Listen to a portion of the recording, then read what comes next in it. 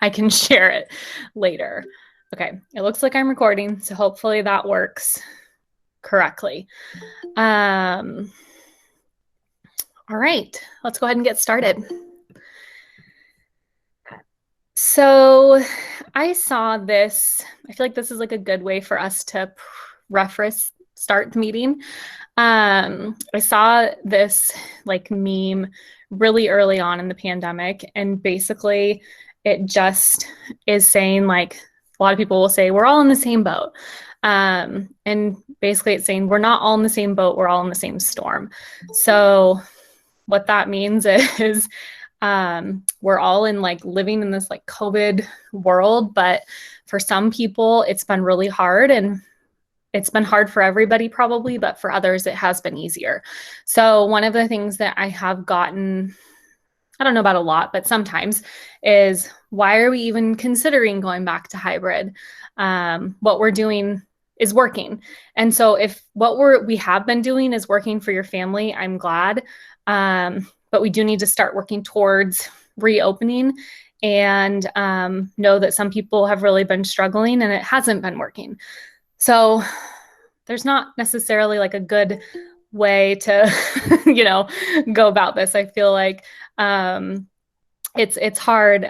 So just keep this in mind. If it doesn't work necessarily for your family, if what we were doing before was better, I understand. I think ultimately we would all just like things to be normal, and we could start school as, we always had. But that's not an option yet. All right, here we go.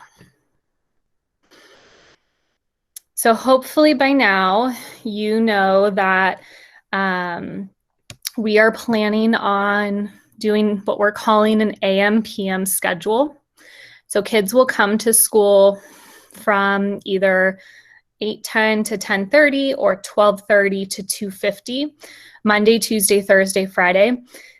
This, I will just give you like a heads up, could change like 10 minutes either way. I know that they're still working around making sure that it matches with like the middle school and high school, so that if families were dropping off at multiple locations, they would be able to do both. So that could change a few minutes. Wednesdays will stay the same as they're doing now. That'll be their distance learning that'll be their distance learning day. One of the questions that we get a lot is, why can't they stay for longer? And so we did consider an A-B day when we were originally considering a hybrid, which is where they would come for like Monday, Tuesday, and then Wednesday they would be off or distance learning, and then Thursday, Friday they would be distance learning, and the other group would be in person. I had a parent night and got some input, and there's also a parent advisory committee, and ultimately what was decided is that for our age group of kids, the consistency of being there as often as possible was the most important thing. The other thing that was hard when we were looking at the AB is that if your kid was on the A day, which would be Monday, Tuesday, they would miss a day of school if we had a Monday holiday. So people didn't like that. And we still couldn't do lunch. So it wasn't like they got to stay the whole day. They still had to go home at 12 o'clock or 11:30. So then that brings us to the AM/PM schedule. And really how we figured the times was we asked our maintenance and operations director, essentially, how long do the custodians need to be able to clean in between each group? Because we need to make sure that everything has been cleaned between the AM and the PM group. And what they said was 2 hours. So from there, we put 2 hours in the middle of our day that was going to be for cleaning, and then we put the AM and the PM on either side. Our tentative days our start dates are April 12th and April 19th. There is a board meeting. I'm going to go ahead and change this. They said this last night too. April 6th is the board meeting. It's a Tuesday. And so I'm thinking at that point, the word tentative would go away and we would just know that we were reopening. Or if that was going to be pushed back, then we would know on April 6th. This Friday, which is in 2 days, you will find out if your child was in the AM or in the PM group. In most cases, I was able to give people what they requested. In some cases, we had to do a lottery. So we had too many people that wanted the same thing. And so I put all the kids in a virtual like spinning wheel, and I took basically, the kids that were drawn, those kids ended up going into the opposite track. But you should know Friday, we're going to hopefully get everything into Power Schools, and then we can send you a robocall and an email.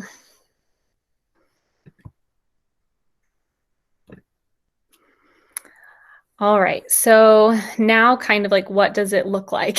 What does the morning look like? Morning check-in. Every single morning, you will get an email from Crisis Go. And in that email, there will be a link that you click on, and you answer 3 questions for your child. So it's like the same kind of questions if you go to the doctor. Have you been around anybody with COVID? Do you have a fever? Those types of questions. It's really quick.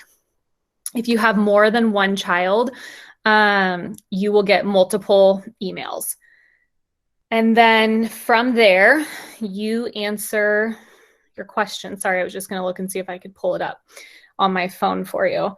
And you get a little green certification. And that basically means like you're good to go. So if you can see my picture, there you go. Can you see that little green QR code? So that's what you'll get. Instead of it being, if for some reason you answered one of those questions that made it so your child couldn't come to school, it would be red, and then you would not come to school that day. And you would call in and say that your child was sick. So then you fill that in. Then you get to school, and each child will have a lanyard with a QR code in it. And we've been practicing, and it's not so bad. The kids are pretty good. So there's going to be 2 entrances. The first entrance will be between the MU and the office. And that entrance will be for 1st graders through 5th graders, and then any kid who rides their bike. The second entrance will be between the office and room 35, which is Mrs. Smith's room. And that entrance will be for our TK, our K, and any kid who walks. Then as they go, so there'll be a tent, like a pop-up tent, and they're going to scan their QR code. And then also there's the district installed these thermal cameras. They kind of look like a security camera. And so the kids are going to look up at the camera.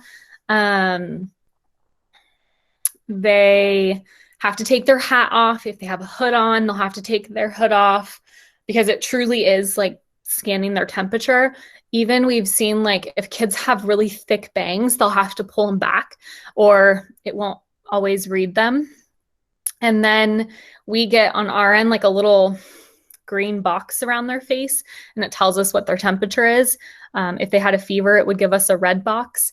And assuming they get a green box, then they would walk to class. If so let's say you walk your kid like up to that point, which most parents are not going to. Most parents will just drop them. But if you were walking your kid to that check-in station, once your child's checked in, you can no longer walk with them. Your kid will go onto campus and go into their classroom, and you will drive away, or walk and then drive away.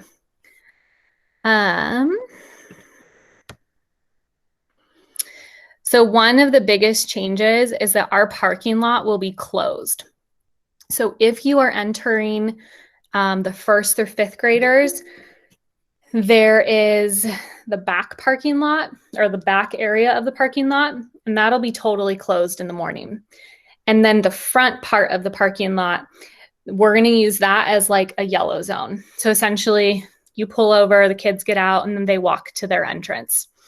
For TK and K, that's the front of the school that's already the yellow zone, and that has typically been for daycare vans,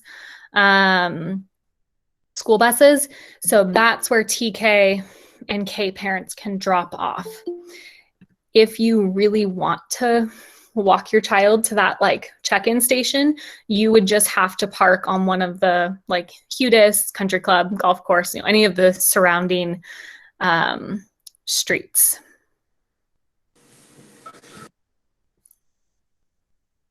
I feel like I might have questions, so I think I'm gonna stop.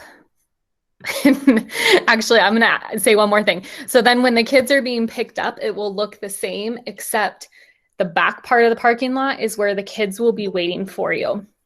So they will be sitting on the white parking lines. We'll have them marked. They're already 8 feet apart. And so then we'll have the lines marked and they'll be by their class.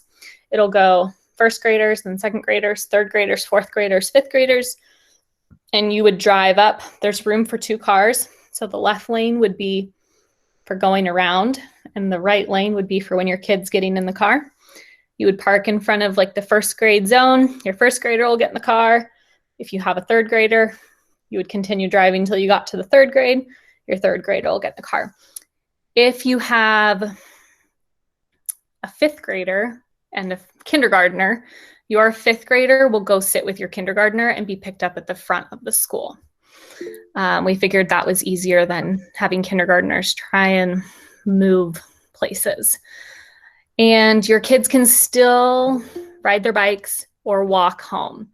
If you don't want to deal with if that parking situation sounds like a disaster to you and you don't want to deal with that, you can tell us that your kid is walking home and in our head, they're a walker. They'll be dismissed and they walk home. You may pick them up on Cutest. You may pick them up at H Park. You can pick them up wherever you want. In our heads, they're a walker. Okay, I'm going to take a couple questions because I feel like I've talked at you for a while. So siblings are always on the same track. So AM or PM siblings will definitely be on the same track, even if they were in the lottery. If one sibling got moved, they all got moved. And will second graders be able to sit with a kinder? Yes. So any sibling that has a kindergartner or a TK student, those siblings will go sit with the TK kindergartners. Any other questions about like the crisis go, do you expect us to drop off the kids and leave before they are screened? Well, so you will be screening that you'll be filling out the crisis go in the morning before you come to school. So you'll know that they've been screened green. And then, yes, you can leave before that. If you want to park on like Cutest and walk them to that check-in station, you can, but you don't need to because you'll have already screened them in the morning. And the kinder pickup will be in the same spot that the drop-off is. So in the front of the school where we have that yellow zone. If there's a kinder sibling and a third grade sibling, do they need to split into separate lines? So the third grader would go sit with the kindergartner. Where that's different is if you have a first and a third grader, because they're in the big parking lot, they'll be with their cohort. In the morning. So no, in the morning, the third grader can use the kindergarten entrance. That would be fine. So basically think of it as like, we don't want you to have to go to 2 entrances or 2 pickups. And then the kindergarten one will be less busy. And so it makes more sense for your older child to go with the kindergartner or the TK student. if you walk your child to school, are parents allowed to walk the child to the drop-off entrance or to the drop-off on one of the cross streets? Yeah. So you can walk them to one of the tents, essentially, like where we have the like the entrance, so where they're doing their temperature scan and their iPad scan, and then there'll be arrows for you to like walk around. Everything has to be very like one directional, so you wouldn't be able to like walk right back the way you came, but it's fine to walk them in to that tent, and then there'll be a sign basically that says only students beyond this point.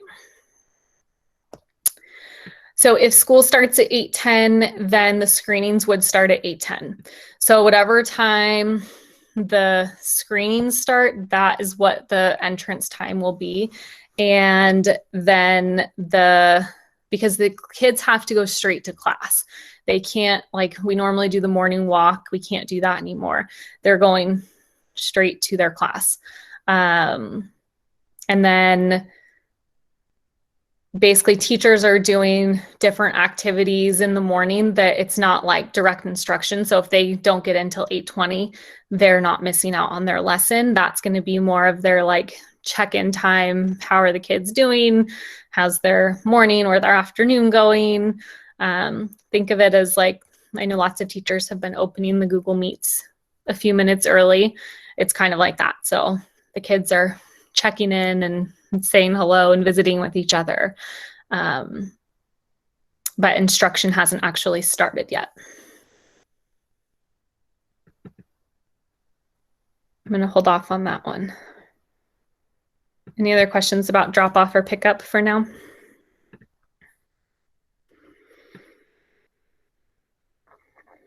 I'm going to hold off on that one too.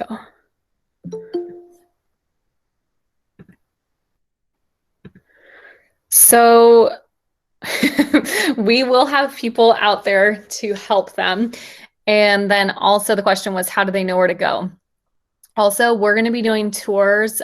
Kindergarten has something set up already, and then I will be working with 1st through 5th grade to get something set up so that you can come on campus before school with the child and see their room, walk them to their class, kind of walk through the whole morning process with them prior to that first day when parents can't walk onto campus.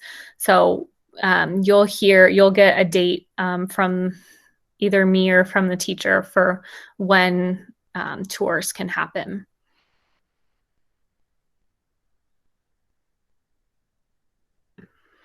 All right, I'm going to keep going, and then I'll have lots of time at the end for questions. So these are a couple examples of classrooms and what they look like right now. All the desks, well, there's desks in every classroom. They're all 6 feet apart. Every desk has its own shield. I know somebody asked me at one point, they were like, how do those shields stay on? Like, don't they fall off? So I had to go check because I wasn't sure. And they're Velcroed on the bottom to the desk. So they really don't, like, there's no chance that they can fall off. There's some tape on the ground that tells us like, this is where that desk belongs. So if it did get bumped, we know where to put it back.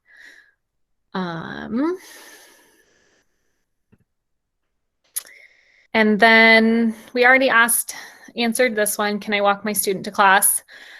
What if I change my mind and I want to switch from in-person to distance learning or distance learning to in-person? So the way we have this schedule, you can switch so that they can see, you can switch. So if you can send the teacher an email and say, oh, we've been distance learning, but now we're going to come in person. And then we'll know that you're now an in-person child.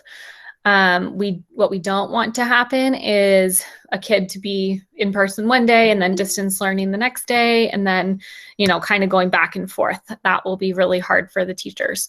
But all of our cohorts are set at 14. If for some reason There are a couple of cohorts that are a little bit bigger. They're at 15. But in those cases, there are typically like 4 kids in distance learning. So I don't think that all those kids are going to end up deciding that they want to come back. Hypothetically, if we did, we would come up with a plan B and still make it so that your child could come to school, but the classroom couldn't go over 14 kids. So our classes have to stay at 14. And then can kids play on the playground? Yes, they can. They're on campus for a pretty short time, and so they won't have a scheduled playground like time. Like there's not going to be a scheduled recess every day. But I know the teachers want to let the kids play and the kids want to be able to run around. So we will have a sign-up sheet, and the teachers can sign up to bring their classes out. And basically the rule is one cohort can play on the playground at a time, and that they have to wash their hands or use hand sanitizer before and after. I will go back up to the pictures and show you and present. I don't like doing that because then I can't see you. All I see is my presentation. Whoops. And then see, like this happens. And then, there we go. Okay.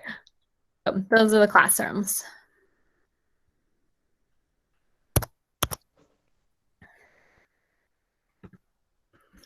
All right, and then those are the only questions that I had. So I'm going to stop presenting, and I know I got some other questions in the chat, and then I'll take any other questions you guys have. Sorry, my computer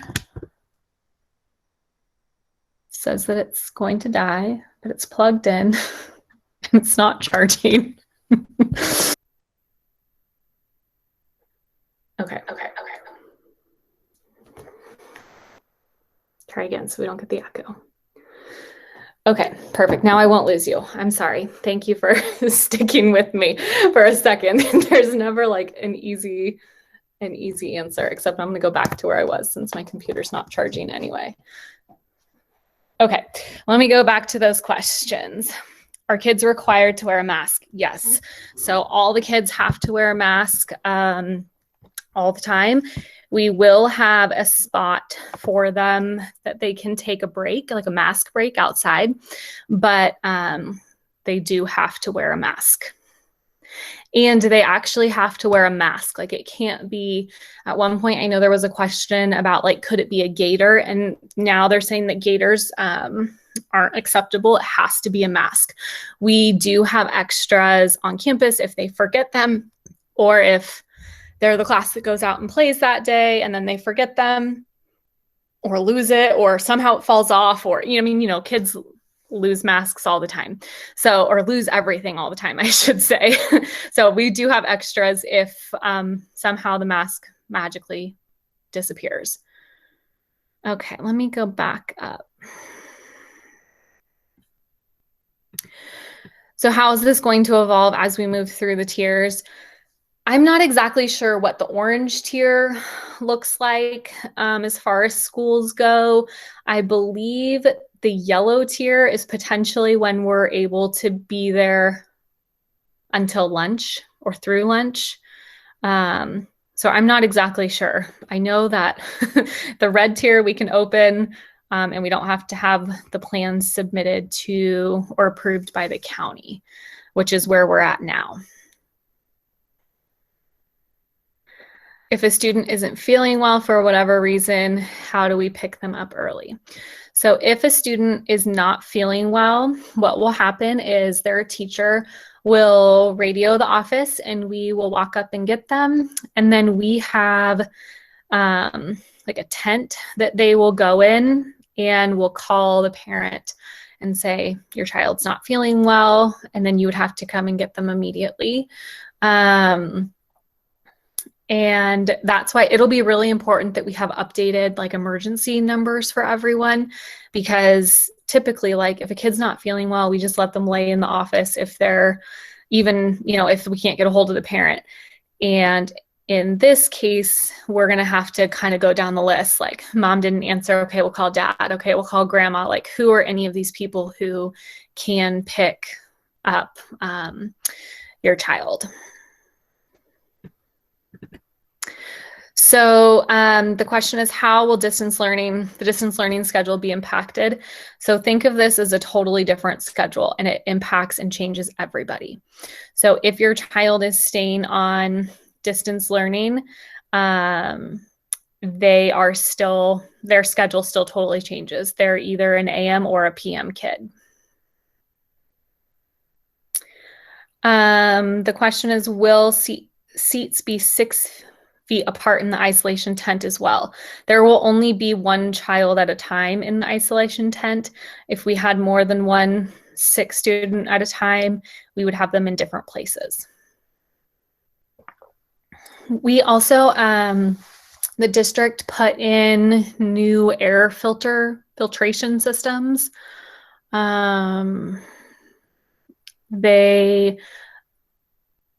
I don't know like the science necessarily behind it, but they definitely they're supposed to kill the COVID. I want to say stuff, and that's a terrible word. They kill the virus that's in the air. If it's running, if the air conditioner is running or if the heater's running. I have a friend who works in a different district, and they went back this week, and she was like, it's freezing because we have to have the windows open and the doors open. I was like, oh, we don't have to do that. We have an air filter system. So that's good. Your kids won't freeze necessarily when they're there. Did teachers have any input on the schedule? Just thinking of keeping them in their small groups. So yes, the teachers did have some input. However, in most cases, basically what I did was I took the parent survey and I took the class roster and I said AM, PM, or distance learning based on what parents said that they wanted. And then from there, I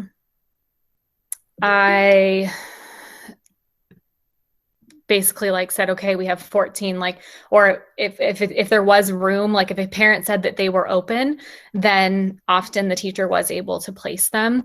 But really we really went mostly off of what parents' requests were.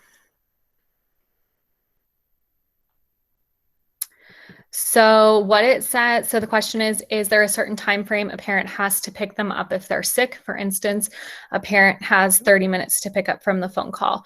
So what it says in our plan that will be on our website soon is immediately. So as soon as possible. I mean, they're in a tent, you don't, especially if it's cold, you don't want them in there very long, so immediately, as soon as possible. If that's, 10 minutes, great. If you're coming back from Santa Rosa from work, then, I mean, we understand that too. So just as soon as possible. And I think the most important thing is for us to know, you're on your way and you're going to be there. If we need to come to get a student early, would you just come to the office? Yes. So what's the protocol for when there is a positive case in the classroom? If there was a positive case in the classroom, and that's part of the crisis go, that's our tracking. So we know who has been in contact with who. And crisis go would be how we would communicate that out. And then potentially what would happen is we have to communicate everything to the county, and then the county kind of gives us our guidelines for how we respond. But likely what would happen is that class would go into distance learning. And so let's say hypothetically, everyone's in class on Tuesday. Tuesday night, we get a phone call saying, oh, so-and-so tested positive. We call the county. The county says that class needs to close down.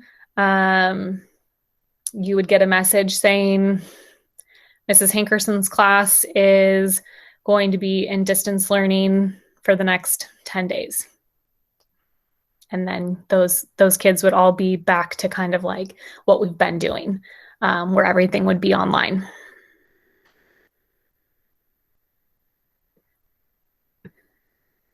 Do you know how the class days are going to look since it's only 2 hours, such as kids only going to have time for some lesson plans in class and have to finish at home?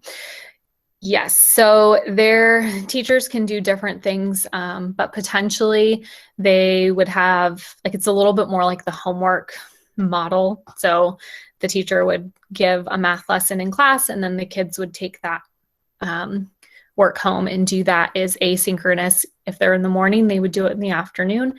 If they're a PM kid, they would do it the next morning. It is less time. Like, I think now our kids probably have more time of like meetings. So that's where it kind of goes back to like what I said at the beginning and used the picture of the storm. Like, we're all in the same storm, not necessarily in the same boat. I know that some people probably look at this and like, why are we even doing this? There's no point. And other people really need their kids to come back, even if it's only for a short period of time.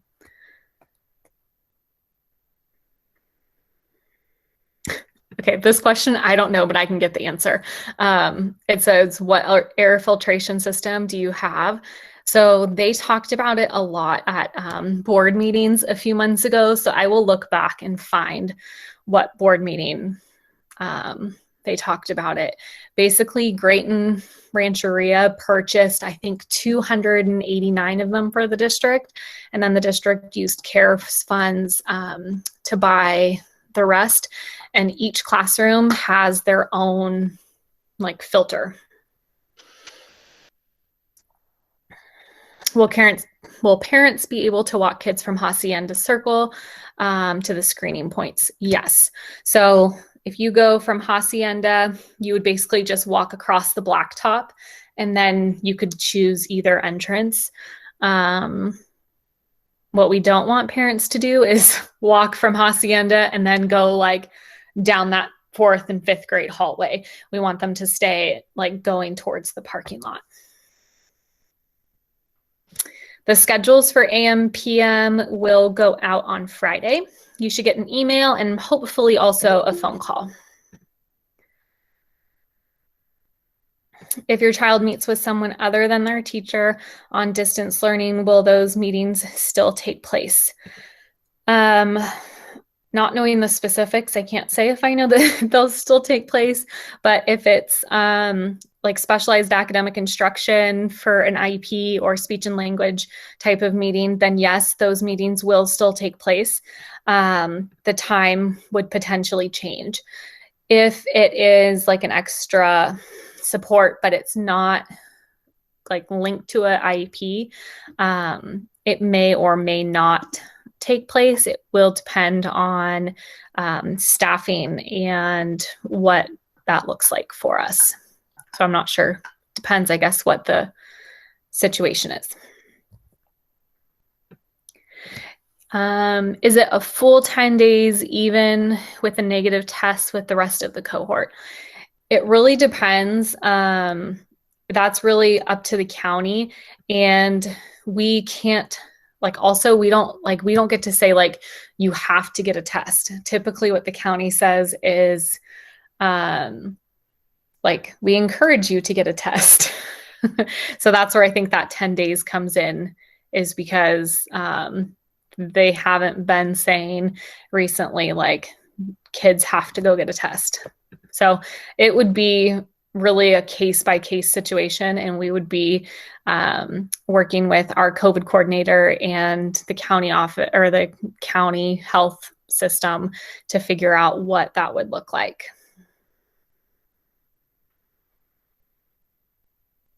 The homework will be on their own. We will be sending like a updated link of where you can fill out an emergency contact list before we return. And then anyone who we don't get it back from will probably have like hard copies when we do the tours, and we'll try and track you down. We'll start calling, and because it'll be important that we have updated names for you. Right now, teachers don't have office hours scheduled. Some of the older teachers may end up having that, like may put that into their prep time, but it's not part of their schedule. They would, like the kids would potentially come back, just that next day and ask the question then. Yes, please don't block the driveways on Hacienda or on Hudis or any other any other areas. We want to make sure that we're being good neighbors to the people that live around us. Could you have kids who are scheduled for AM in school and also do distance learning in the PM? No, so they're on one track. If you felt like your kid needed to hear the lesson again, you could potentially reach out to the teacher and see what they thought about them joining again. But they're assigned to either one or the other. Will students be using the library or any other spaces? No. So they can still use like the playground when the teacher takes them out. And we also have yoga mats for all the kids so that the teachers could take them outside to do a lesson if they wanted. But the library and the computer lab, those will be closed. We're actually using those in some situations. We have to have kids on campus to do some one-on-one assessments. And so we have those spaces like pretty blocked off so that teachers can work with kids one-on-one. It will be difficult for PM kids to remember enough to complete work by themselves the next morning without office hours or check-in, unless it's very clearly written down. My kid forgets everything. Teachers are also still, especially in the upper grades, they will still have their Google Classrooms like up and running. So the directions will be there for them.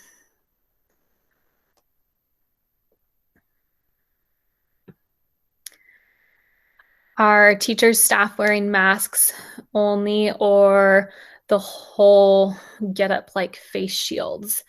Teachers have the option to wear the face shields in addition to the masks, but they don't have to at this point. But we do have them on campus.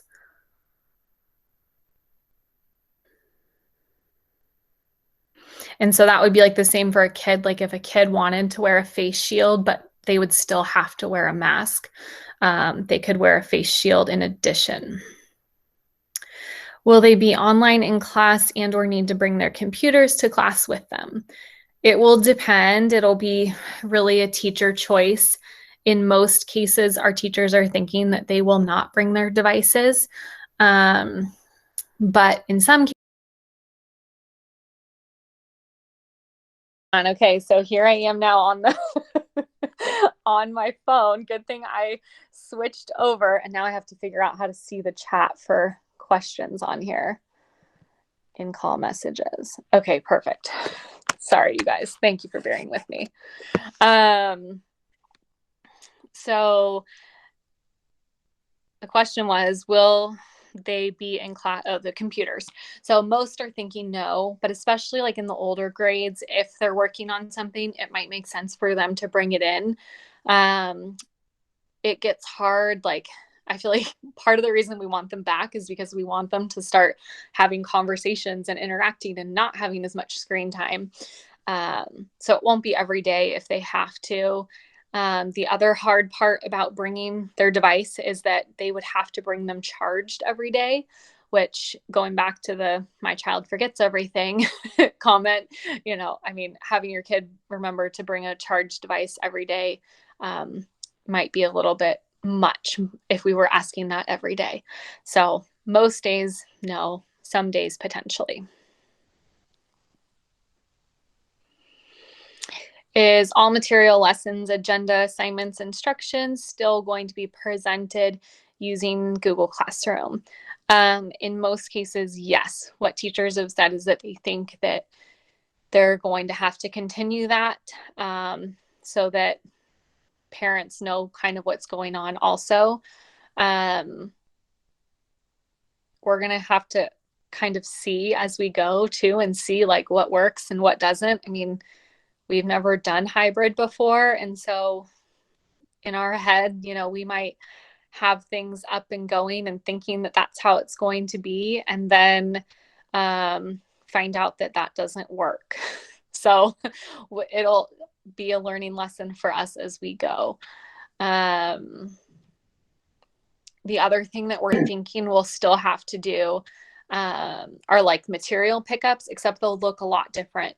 So potentially,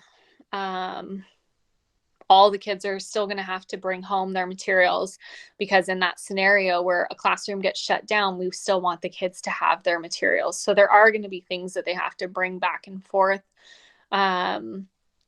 Or, they can't necessarily we won't have everything in the classroom for the kids who are in person. We might have extras in case they forget it, but they're still going to likely have, a week's worth of work that they would be bringing back and forth. Will all teachers, staff be vaccinated? Teachers and staff do not have to be vaccinated. That's their choice, but they will have all been offered the opportunity to have been vaccinated.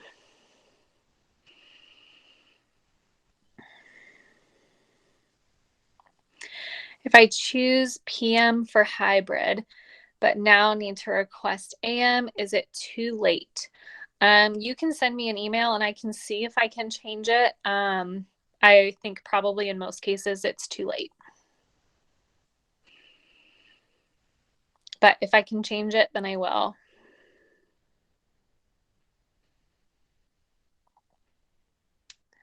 Will we have the same end date for the school year? Yes. So the school year is still the same school year. The school board was talking about doing some learning loss mitigation. They're not sure what that will look like, but potentially there will be opportunity for some kids to go to like some type of summer school. It's not clear to me yet if that is online or if it's in person or some combination of the two. As soon as I get more information about that, I will send it out. I will post it on YouTube. The question was if they came late, where can they see the recording? I will post it on YouTube and send it out in a newsletter to everyone.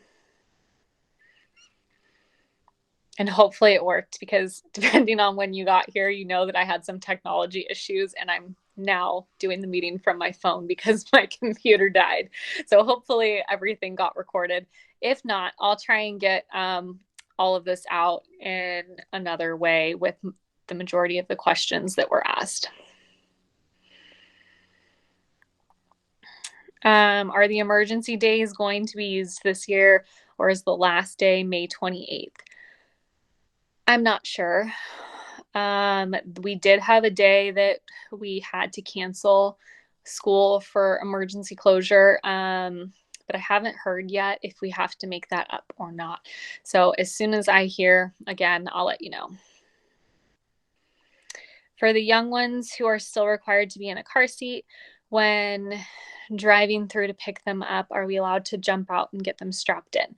Yeah, so that there's a yellow curb like in that whole front area. So if you have a kid that still needs to be, buckled in and helped, what I would say is when you get to that yellow spot, just jump out and go to that side of the car. You'll have, a minute or whatever to help get them in and strapped in. We don't want you driving away without them buckled in. So that's totally fine.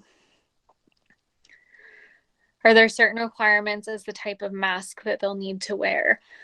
So it has to be a mask. It can't be a gaiter. It can't be like a bandana. But there's not a requirement, as far as I know yet, of like what type of mask. So it doesn't have to necessarily be the I don't know, like the something 45 one. It can be like, it could be a homemade one. But it has to cover their nose. And we have extras. So if something was wrong or they lost it, or if they showed up with one that didn't work, we could swap it out for them. Are we able to send their water bottles or a snack with them? Yes, actually, our awesome PTA ordered all of the kids a water bottle because our water fountains won't be on. So PTA is going to be sending home a water bottle that you could fill with water and then send with them to school. And if they were to come without, let's just say they forget their water bottle, back to the my kid forgets everything, and the water fountains are off, like what do? We'll have bottled water that we can give them as like a backup. A snack, we aren't going to be doing snack just because they're at school for such a short period of time. But you could put it in their backpack and they could eat it on the way home, or if they go to daycare or wherever after, that would be fine. But they won't be eating when they're on campus.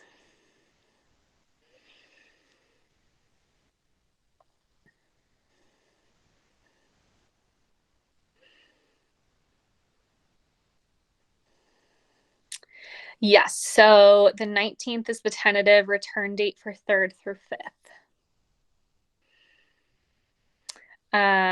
And then on April 6th is the next board meeting. And I think at that point is when we'll be able to remove that word tentative and say, yes, they're definitely coming back.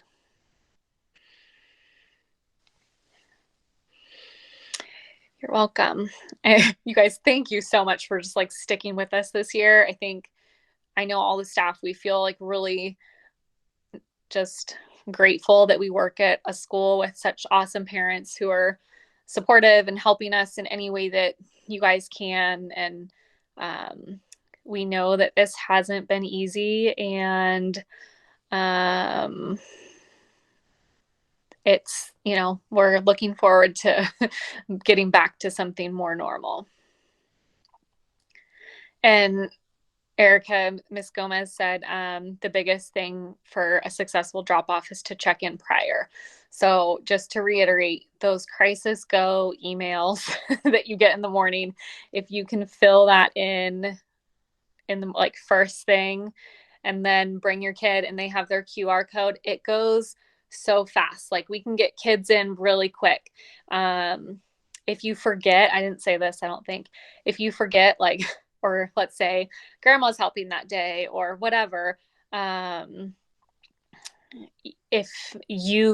we do have a computer for you to fill it out, or staff will help you fill it out on campus.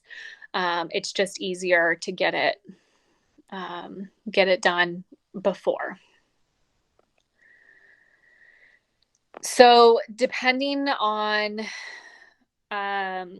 whatever we say, like the start time is, and I'll make this more clear as we get closer. I'm just waiting for the schedule to be like 100% finalized.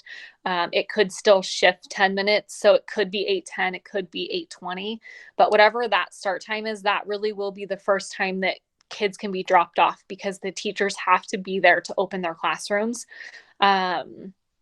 Otherwise, we don't have anywhere for them to wait.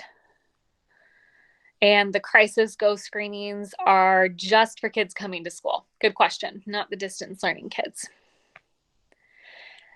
Yes, you will get a crisis go email every morning. And as I can tell you, as a staff member, I get it every morning. And there is a way that you can set it up through an app, which is what I have done. I set it up through an app. But every morning I get my email, and I typically check my email like before I do anything else in the morning, and I see that crisis go email, and I don't open it anymore. I just go to my app and fill it in. But yes, every morning you will get that email. So that'll be your reminder to click the link and sign your kids in. Will I be able to drop off my kinder and 4th grader at the same entrance? Yes. I would suggest dropping the 4th grader off at the kindergarten entrance. There'll be less kids there, and then the kindergartners closer to class. So yeah, then the fourth grader could walk the kinder to class and then go to their class.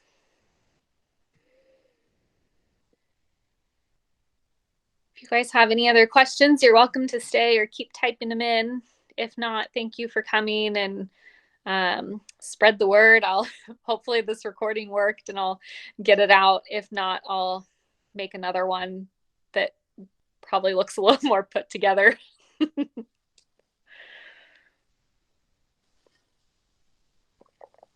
Will you be helping opening doors for kids to get out or hop out or in? I just think it's going to be crazy with so many cars all at once. Yes. So the other thing to remember is that we only have half of the kids that we normally have. So our parking lot will be less crazy than normal, I think. But especially for the little kids, yes, we will help open the door, help get them in and out if they need it.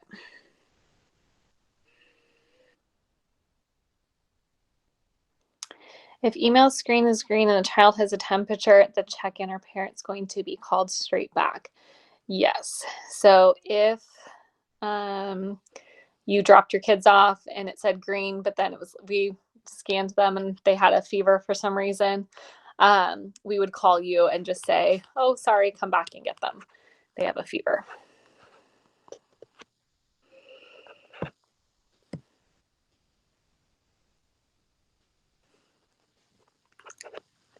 All right, awesome. Well, thanks you guys all for attending. I am going to go ahead and end the meeting. I really appreciate you all, and I will talk to you later. Thanks.